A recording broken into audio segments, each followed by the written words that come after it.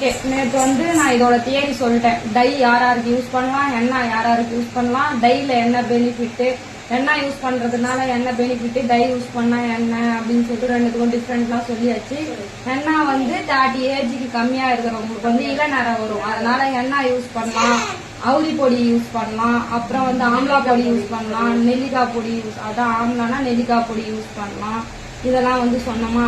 அப்புறம் கத்தா பொடினா கத்தாழை பொடி, இதெல்லாம் நாட்டு மருந்து கடையில இருக்கும். அதுக்கேற்ற மாதிரி வந்து நெல்லிக்காய் சாப்பிடலாம், கீரை வகைகள் சாப்பிட்றதுனால அந்த இதில் நிறைய நம்ம கண்ட்ரோல் பண்ணலாம். இந்த மாசம் 20 இருக்குன்னா அடுத்த மாசம் 10 அவ்வளவு கண்ட்ரோல் பண்ணலாம். ஆனா 30 வயசுக்கு மேல இருக்கிறவங்களுக்கு இளநரை கிடையாது, அவங்க ஏஜ் பார் ஆனதுனால வர நரை. அந்த நிறைய வந்து நம்ம டை பண்ணி வந்து கூட பண்ணலாம். அதே மாதிரி வந்து கஸ்டமர் வீட்லயே கூட வாங்கி யூஸ் பண்ற டை வந்து பாத்தீங்கன்னா அதுல அமோனியா இருக்கும். இதுவே நம்ம பார்லர் ப்ரொஃபஷனலா யூஸ் பண்ற டைல வந்து அமோனியா ஃப்ரீயா இருக்கும்.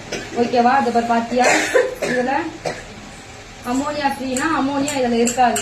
அது அந்த அமோனியா இருந்ததுன்னா இதனால ஹேர் ஃபால் ஆகும், அதனால இச்சிங் வரும், மண்டை அரிப்பு, இது மாதிரிலாம் நிறைய ப்ராப்ளம் வரும். Ammonia free. அதனால கஸ்டமர் மோஸ்ட்லி பார்லர் வந்து அப்ளை பண்ணாங்கன்னா நம்மளும் லேயரா நம்ம அதுக்கேற்ற மாதிரி கரெக்டா வந்து மண்டையில படாம ஸ்கேல்ப்ல படாம அழகா டை அடிச்சு விடுவோம். யாரும் நம்ம ப்ரொஃபஷனலா ஒரு பார்லர் நல்லா பண்ற பார்லர்ல வந்து பண்ணாங்கன்னா, அதுவே அவங்க வாங்கி யூஸ் பண்ணிக்கிறாங்கன்னா ஒட்டு மொத்தமா ஷாம்பு மாதிரி கசகி, அதனால ஹேர் ஃபால் நிறைய உண்டாகும். இதுதான் பெனிஃபிட். எண்ணெய் வந்து எப்படி யூஸ் பண்ணணும்னு சொல்லியிருக்கேன். இப்போ ஹேர் டை எப்படி வந்து நம்ம பண்ணலாம், 30 வயசுக்கு மேல இவங்களுக்கு இருக்கு, இவங்களுக்கு வந்து இளநரை இல்லை, அதனால ஹேர் டை எப்படி பண்ண போறோம்னு பார்க்க போறேன் கிளாஸ். ஓகேவா? சரி. நாளைக்கு டெஸ்ட் இருக்கும், பிராக்டிக்கலாவும் கேட்பேன். சரியா?